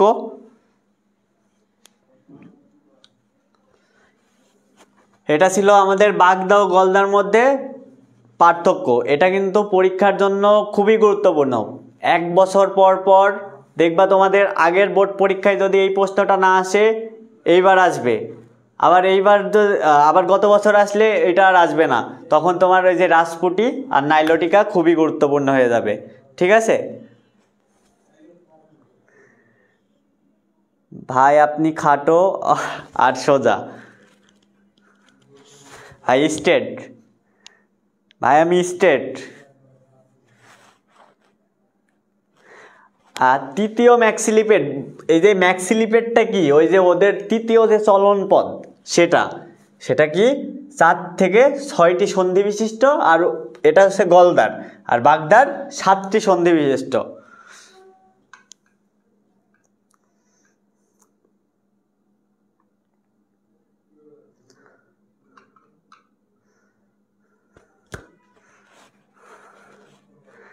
ঠিক আছে, বুঝতে পারছো? এই বাগদার গলদার পার্থক্য কিন্তু খুবই গুরুত্বপূর্ণ পরীক্ষায় আসার জন্য। এবার আমরা দেখব গলদার কিছু বৈশিষ্ট্য। কি কি বৈশিষ্ট্য গলদার ভিতরে বিদ্যমান আছে? দেখো, সর্বভুক মানে কি? এটা সব কিছুই খাইতে পারে। তোমার প্রাকৃতিক খাদ্য যেমন খাইতে পারে, তোমার আবার সম্পূরক খাদ্য, তুমি বাইরে থেকে যেটা প্রয়োগ করবা ওটাও খাইতে পারে। আবার তোমার হচ্ছে পুকুরে বা ঘেরে যদি পোকামাকড় থাকে, সেইগুলোও খেয়ে এরা জীবন ধারণ করতে পারে। ঠিক আছে, তারপরে দেখো, রাতে খাবার খেতে পছন্দ করে। চিংড়ি কিন্তু ধরার সময় হয় কিন্তু রাতের বেলা, এরা কিন্তু দিনের বেলায় কোনো চলাচল করে না, এরা রাতের বেলায় খাবার খেতে পছন্দ করে। আর এদের ধরা হয় কীভাবে? একটু খাবার দিয়ে রাতের বেলা চিংড়িগুলো ধরা হয়, দিনের বেলায় কিন্তু চিংড়ি ধরা সম্ভব না। ঠিক আছে, দেখো, পুকুরের তলদেশে খাদ্য বেশি পছন্দ করে, মানে তলদেশের খাদ্য। একদম সারাটা দিন ওরা হচ্ছে পুকুরের উপরের অংশে আসে না, তার মানে কি? ওরা পুকুরের যে নিচের অংশটা আছে সেইখানেই খাদ্য গ্রহণ করে। দেখো, পুরুষ চিংড়ি স্ত্রী চিংড়ির চেয়ে বড় হয়। পুরুষ যে চিংড়িগুলো আছে গলদার, সেই চিংড়িগুলো স্ত্রী চিংড়ির চেয়ে বড় হবে। আধা লবণাক্ত পানিতে ডিম দেয়। আমরা সবগুলা দেখলাম যে মোহনায়। দেখো, মোহনা কোথায় আছে? ওই যে কক্সবাজার, তোমাদের নাসির ভাইয়ের জেলায়, ওইখানে দিবে, তোমার খুলনায় দিবে, সাতক্ষীরায় দিবে, এইসব অঞ্চলে, অথবা চাঁদপুর জাহিদ ভাইয়ার বাসার ওই অঞ্চলে, যেখানে অনেকগুলা নদী মিলিত হয়েছে, সেইখানে এইগুলা ডিম দেয়। তাছাড়া কিন্তু কোনো নির্দিষ্ট, তুমি পুকুরে চাষ করো বা ঘেরে চাষ করো, তখন কিন্তু তোমাকে ডিম দিবে না। ডিম দেওয়ার জন্য তখন তুমি শুধু ওই জাতটা নিয়ে এসে চাষ করতে পারবা। আর তোমার ডিম দেওয়ার জন্য কি করতে হবে? ওই যে ওই মোহনা থেকেই এইগুলা কালেক্ট করতে হবে।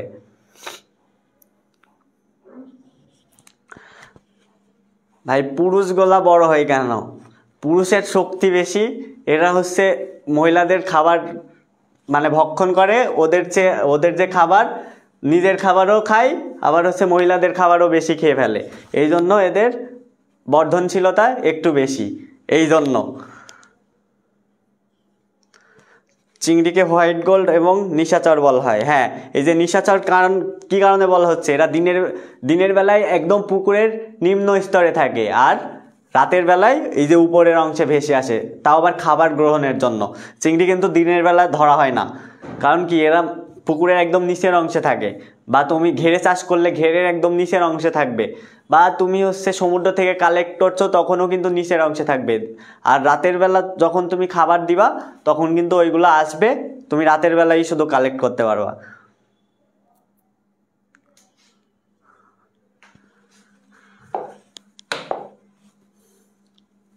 দেখো আমরা যে গলদা চিংড়িটা চাষ করব, যে কোনো ধরনের মাছ বা ফসল যেগুলো আমরা চাষ করি, এইগুলো তো আমাদের অর্থনৈতিকভাবে লাভবান হওয়ার জন্যই তো আমরা চাষ করি। এই যে এর তো একটা অর্থনৈতিক গুরুত্ব থাকা লাগবে, অর্থনৈতিক গুরুত্ব না থাকলে আমরা তো এটা চাষ করতে পারবো না। দেখো বৈদেশিক মুদ্রা, বৈদেশিক মুদ্রা, আমাদের চিংড়ির যে ইন্ডাস্ট্রিটা গড়ে উঠেছে তা মূলত রপ্তানি নির্ভর। বাংলাদেশ, এই যে আমরা প্রথমেই দেখছি বাংলাদেশ চিংড়ি রপ্তানিতে বিশ্বে পঞ্চম, প্রায় 19টি দেশে চিংড়ি চাষ করা হয়, তার মধ্যে বাংলাদেশ কিন্তু পঞ্চম অবস্থানে আছে। কিন্তু বাংলাদেশের এই চিংড়ির মার্কেটটা অনেকটা ধসে গেছিল, কারণ কি এরা চিংড়িতে ওই যে পাটে যেমন ভেজাল মেশানো শুরু করছিল, চিংড়িতেও ভেজাল মেশানো শুরু করছে। এরা পাটের একদম মাথার, এই যে চিংড়ির যেমন হচ্ছে মাথার আমরা দেখলাম না যে হচ্ছে ওর মাথা যেটাকে ক্যারাপেস বলা হয়, ওর ভিতরে বিভিন্ন ধরনের রাসায়নিক সার, তারপরে হচ্ছে বিভিন্ন মেটাল ওর ভিতরে মিশিয়ে ভারী করার চেষ্টা করা হচ্ছিল, যার ফলে এক সময় তো বিদেশে যখন রপ্তানি করছে ওরা তো এক সময় পরীক্ষা নিরীক্ষা করছে, তারপরে এরা কিন্তু ধরা খাইছে। তারপরে কি হয়েছে, এদের যে মার্কেটটা ছিল এটা ডাউন হয়ে গেছে। কিন্তু এটা কিন্তু আমাদের রপ্তানি নির্ভর একটা শিল্প এই চিংড়ি চাষটা। দেখো কর্মসংস্থান, চিংড়ি চাষ করলে অবশ্যই তো কর্মসংস্থানের সৃষ্টি হবে।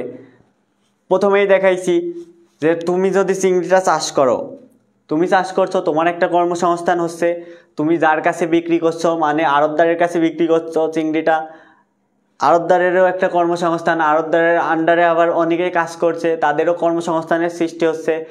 আবার মনে করো হচ্ছে কোনো একটা মধ্যবর্তী ফড়িয়া, সে হচ্ছে বিদেশে রপ্তানি করছে, রপ্তানি করার ফলে যেখানে রপ্তানি করছে সেখানেও কিছু জনবল নিয়োগ করা আছে, তারাও তাদের কর্মসংস্থানের যে দরকার সেটা হচ্ছে পূর্ণতা পাচ্ছে, যার ফলে এখানে হিউজ একটা কর্মসংস্থানের সৃষ্টি হচ্ছে। তারপরে দেখো চাহিদা, পুষ্টি চাহিদা, চিংড়ি, দেখো আমাদের দেশ বিদেশ দুই জায়গায় চিংড়ি অনেকেরই পছন্দ। আমরা প্রথমেই তোমাদের মতামত নিছি, চিংড়ি পছন্দ, এখানে একটা হিউজ অ্যামাউন্টের একটা চাহিদা এখানে হচ্ছে, পূরণ হচ্ছে, তাই না?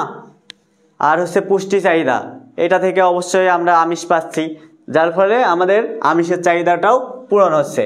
পারিবারিক আয়, মনে করো তুমি চিংড়ি চাষটা করছো, তোমার বাড়ির আশেপাশে একটা হ্যাচারি তৈরি করছো, বা তুমি হচ্ছে একটা ঘের নির্মাণ করছো, তুমি তোমার পরিবারের সদস্য নিয়ে, বা তুমি একা, তোমার পরিবারের কয়েকজন সদস্য, তোমার বাবা মাকে নিয়ে এই চিংড়ি চাষটা করছো, যার ফলে কি হচ্ছে, তোমার একটা পারিবারিক আয়ের সৃষ্টি হচ্ছে, তোমার পরিবারের জনগণ নিয়ে তুমি এই আয়টা করতে পারছো।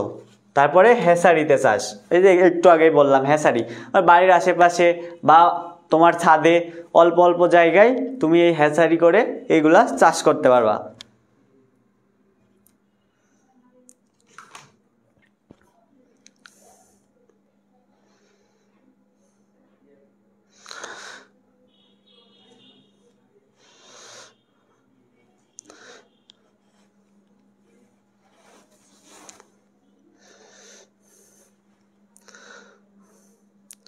ভাই অর্থনৈতিক গুরুত্ব মানে কি? অর্থনৈতিক মানে কি, তোমার কাছে টাকা আসবে, মানে কি তুমি টাকা পেয়ে তোমার লাভবান হওয়ার একটা মাধ্যম কি টাকা। আমরা তো লাভ বলতে শুধু টাকার হিসাবকেই বুঝি, এই যে অর্থনৈতিক গুরুত্ব বলতে তোমার এই যে টাকা বৃদ্ধি হচ্ছে এটাকেই বোঝায়।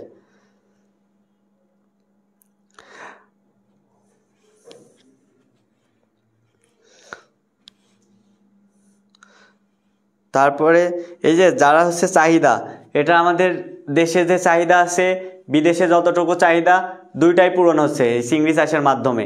তোমার দেশেও একটা চিংড়ির যে চাহিদা আছে সেটা পূরণ হচ্ছে, আবার বিদেশে রপ্তানি করে সেইখানেও একটা চাহিদা পূরণ করছে, কারণ কি বাংলাদেশ হচ্ছে চিংড়ি রপ্তানিতে পঞ্চম, ঠিক আছে।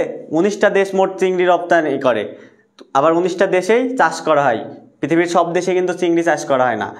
এই বাংলাদেশ কিন্তু একটা হিউজ অ্যামাউন্টের চিংড়ির চাহিদা পূরণ করছে।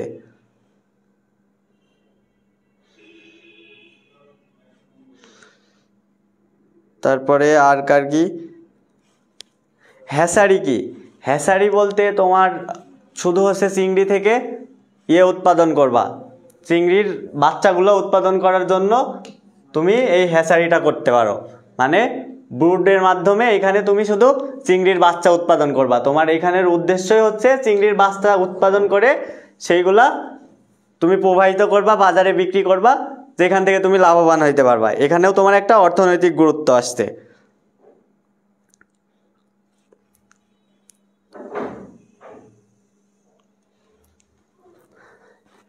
হ্যাসারি মূলত চিংড়ির বাচ্চা উৎপাদন করার একটা প্রক্রিয়া, যেখানে হচ্ছে কৃত্রিম উপায়ে চিংড়ির বাচ্চা, এই যে আমরা প্রজনন দেখলাম না, এরা হচ্ছে চিংড়ি কোথায় প্রজনন করে, বিভিন্ন নদীর মোহনায়। আর এই হ্যাচারি মানে কি, তুমি তোমার বাসার ছাদে হতে পারে, তোমার বাড়ির আশেপাশের যে কোনো একটা জায়গায় চিংড়িগুলা এই যে কৃত্রিম উপায়ে প্রজনন করানোর একটা মাধ্যম হচ্ছে হ্যাচারি, ঠিক আছে।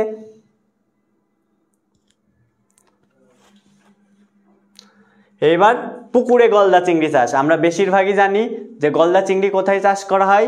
গলদা চিংড়ি সাধারণত লবণ খেতে অথবা যে কোনো একটা ফসলের সাথে চাষ করা হইতে পারে, তাও আবার কোথায়, উপকূলীয় অঞ্চলে, যেটা খুলনা, সাতক্ষীরা, বরগুনা এইসব অঞ্চলে। কিন্তু আমরা এখন দেখব পুকুরে গলদা চিংড়ি। পুকুরে এই যে গলদা চিংড়ি কিন্তু মিঠা পানির মাছ, এই জন্য একে পুকুরেও চাষ করা যায়। এবার পুকুরে চাষ করতে হলে তোমার কি কি বৈশিষ্ট্য থাকতে হবে, মাটির গুণাগুণ, তোমার যে পুকুরটা হইতে হবে সেটা সমতল, সমতল হওয়ার পরে একটু ঈষৎ ক্ষারীয়, মানে অল্প ক্ষার, খুব বেশিও হওয়া যাবে না আবার খুব কমও হওয়া যাবে না, ঈষৎ মানে খুবই অল্প পরিমাণ ক্ষার থাকবে। আর পিএইচ কতটুকু থাকবে, 6 থেকে 6.5 ক্ষার পিএইচ। দেখো পিএইচ মানটা সাধারণত নিরপেক্ষই, 6 থেকে 6.5, প্রায় 7-এর কাছাকাছি। এবার পুকুর প্রস্তুতটা কিভাবে করবা, পাড় উঁচু করবা। কেমন, পাড় উঁচু, যাতে কোনো বন্যার সময়, সাধারণত উপকূলীয় অঞ্চলে তো অনেক বন্যা হয়, বন্যার সময় এই পুকুরগুলা থেকে পানি সরে না যায়। এই পুকুরগুলোও কিন্তু আবার হইতে হবে তোমার ওই উপকূলীয় অঞ্চলেই, উত্তরবঙ্গে হইলে কিন্তু হবে না। ওইখান থেকে তুমি হচ্ছে লবণাক্ত পানি সংগ্রহ করতে পারবা তোমার পুকুরে, এখানে কিন্তু এই উত্তরবঙ্গের দিকে পারবা না।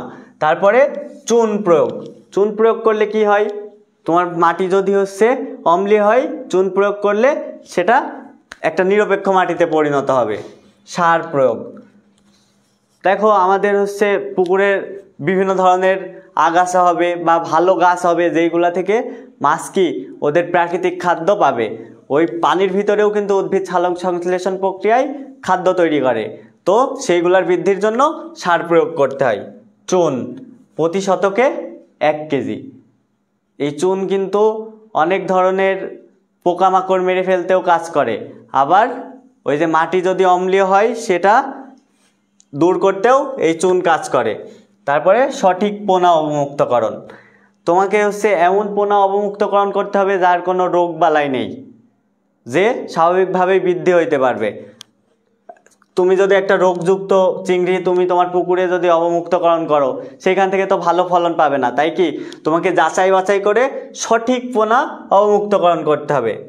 চাষ ব্যবস্থাপনা, তুমি হচ্ছে একক চাষ, মানে তুমি শুধু গলদা চিংড়ি চাষ করবা, এখানে আর কোনো ফসল বা কোনো মাছ চাষ করবা না, শুধু গলদাটাই চাষ করবা, সেটাকে কি বলছে, একক চাষ।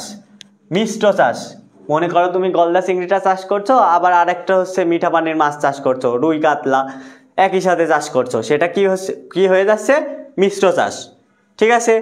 ফলন, চিংড়ি অনেক ফলন, এখান থেকে একটা হিউজ অ্যামাউন্টের তুমি হচ্ছে তৈরি করতে পারবা।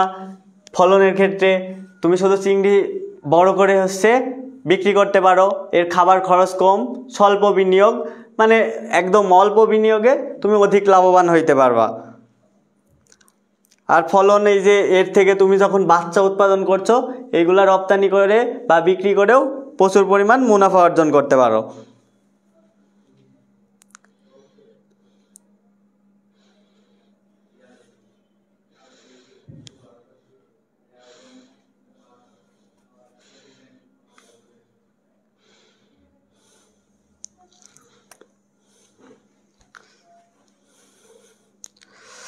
ক্লিয়ার?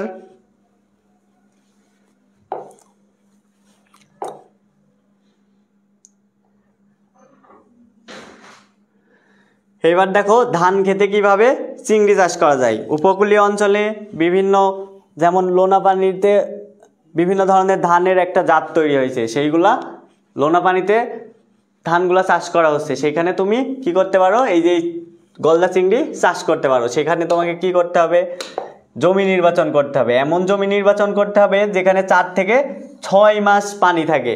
তুমি মনে করো একটা বাচ্চা চিংড়ি হচ্ছে ওখানে অবমুক্তকরণ করছো, তোমার ওইখানে পানি থাকে 2 মাস, ওই চিংড়িটা তো বেশি বড় হইতে পারবে না। তাই কি করতে হবে, 4 থেকে 6 মাস যাতে পানি থাকে সেটা নিশ্চিত হয়ে তারপরে তোমাকে ওই জমিতে চিংড়িটা অবমুক্তকরণ করতে হবে। জমি প্রস্তুত ও চারা রোপণ। প্রথমে কিন্তু জমিটা প্রস্তুত করে নিতে হবে।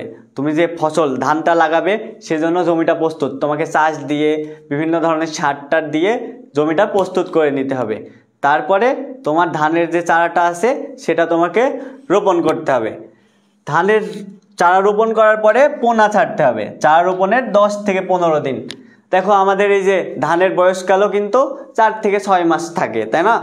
তাই এই যে 10 থেকে 15 দিন মানে ধানটা লাগানোর 10 থেকে 15 দিন মানে একটু গোছা নেওয়ার পরে তারপরই তোমাকে পোনাটা অবমুক্তকরণ করতে হবে। অন্যান্য পরিচর্যা, দেখো অন্যান্য পরিচর্যার মধ্যে কি কি আছে, তোমাকে আগাছা দমন করতে হবে। তারপরে ওইখানে তোমার কোনো রাক্ষসে মাছ যাতে তৈরি না হয় সেদিকে খেয়াল রাখতে হবে। রোটেনন প্রয়োগ করতে হবে, চুন প্রয়োগ করতে হবে, যাতে হচ্ছে মাটিটা অম্লীয় না হয়ে যায় আবার ক্ষারীয় না হয়ে যায়, এইগুলোর দিকে খেয়াল রাখতে হবে। তারপরে কি করতে হবে, চিংড়ি আহরণ। ধান পাকা শুরু হলে পানি ধীরে ধীরে কমাতে হবে, আর পানি যখনই কমতে থাকবে তখন চিংড়িগুলা তোমাকে সংগ্রহ করে নিতে হবে। ঠিক আছে, মানে তোমার ধান কাটার আগেই চিংড়িগুলা সংগ্রহ করে ফেলতে হবে। ধান কাটার পরে কিন্তু চিংড়িগুলো আর তুমি সংগ্রহ করতে পারবে না তখন আর। তারপরে দেখো ধান খেতে চিংড়ি চাষের সুবিধা, সুষম পুষ্টি। দেখো চিংড়ি হচ্ছে ওর যে খাবার দিচ্ছ বা সার দিচ্ছ ওর জন্য, সেটা কিন্তু ধানের জন্যও কিন্তু একই সাথে ধানও সেটা পেয়ে যাচ্ছে। এক ঢিলে 2 পাখি যাকে বলে। তারপরে দেখো সম্পূরক খাবার প্রয়োগ করা লাগে না। কারণ কি, ধানে তো সালোক সংশ্লেষণ প্রক্রিয়ায় ওইখানেও একটা খাদ্য তৈরি হচ্ছে, প্রাকৃতিক খাদ্য, হিউজ অ্যামাউন্টের প্রাকৃতিক খাদ্য, সেটা খেয়েই এরা এদের বৃদ্ধি সাধন করতে পারে। এই জন্য এখানে তোমাকে বাইরে থেকে আর কোনো খাদ্য প্রয়োগ করা লাগবে না। তারপরে দেখো আয় বাড়ে। আয় বাড়ে কী কারণে, তুমি যদি ওই জমিটাতে শুধু ধান চাষ করতে তাইলে তো তোমার শুধু ধান থেকেই তুমি যে প্রফিটটা পাইতে সেটাই তোমার আয়। এখানে তুমি হচ্ছে ওই জমিতে হচ্ছে পানি থাকার কারণে চিংড়িটা চাষ করতে পারছো, তোমার একটা এক্সট্রা আয় আসছে। কর্মসংস্থান বৃদ্ধি। কর্মসংস্থান কী কারণে বৃদ্ধি হচ্ছে, তুমি যে হচ্ছে এই যে ধান এবং চিংড়ি চাষে উদ্বুদ্ধ হয়ে একই সাথে চাষ করলে তারপরে এগুলা বিক্রি করছো, একইভাবে এই যে কর্মসংস্থানটা ওইভাবেই তৈরি হচ্ছে।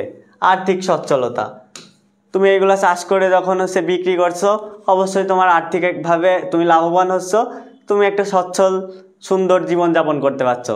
এটাই। কারোর বুঝতে কোনো সমস্যা বা কোনো জিজ্ঞাসা? আজকে যতটুকু পড়াইছি এতটুকুর মধ্যে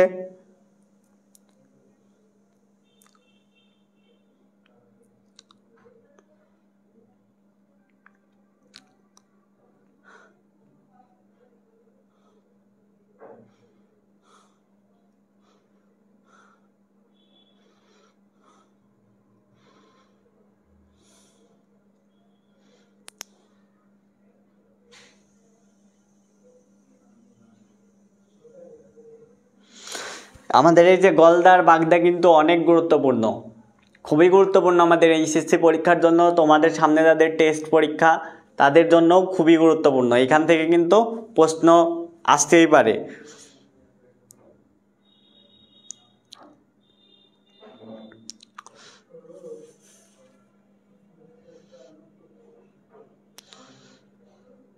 তোমাদের যে কোনো ধরনের জিজ্ঞাসা থাকলে কৃষি শিক্ষা সম্পর্কে তোমরা নিশ্চিন্তে প্রশ্ন করতে পারো।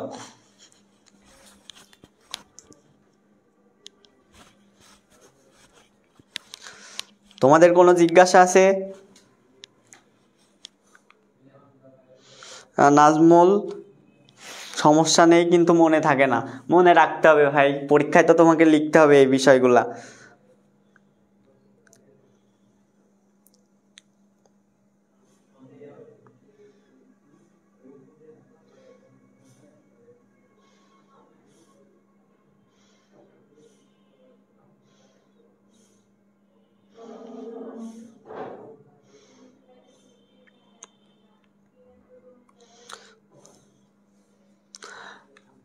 আর যেগুলা পড়ানো হচ্ছে সবগুলাই কিন্তু খুবই গুরুত্বপূর্ণ। আমাদের এইখানে প্রায় 35টা পার্ট আছে, সবগুলা তো তুমি পড়তে পারবা না, সবগুলা কিন্তু পরীক্ষার জন্য গুরুত্বপূর্ণ না। তাই তোমাকে সাজেশন ভিত্তিক পড়াশোনা করতে হবে। এখানে তুমি বাছাই করে এই যে আজকের যে টপিকটা, এটা খুবই গুরুত্বপূর্ণ, বাগদা গলদার বৈশিষ্ট্য এবং এর মধ্যে কি পার্থক্য। এই পার্থক্য আর বৈশিষ্ট্যগুলা তোমাদের জন্য খুবই গুরুত্বপূর্ণ। ভাই ফ্রেন্ড রিকোয়েস্ট দিলে অ্যাকসেপ্ট করেন কেমন, তাহলে পরে আপনার থেকে জেনে নিব।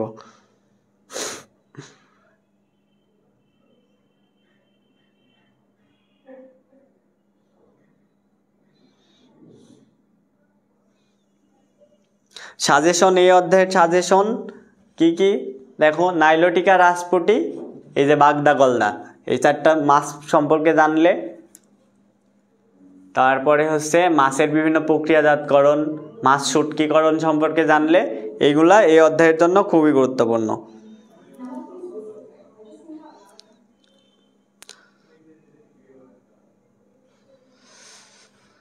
তো তোমাদের সবাইকে ধন্যবাদ, এই যে এতক্ষণ সবাই ক্লাসে যুক্ত হওয়ার জন্য, শেষ পর্যন্ত যারা ক্লাস করলে তোমাদের সবাইকে অভিনন্দন।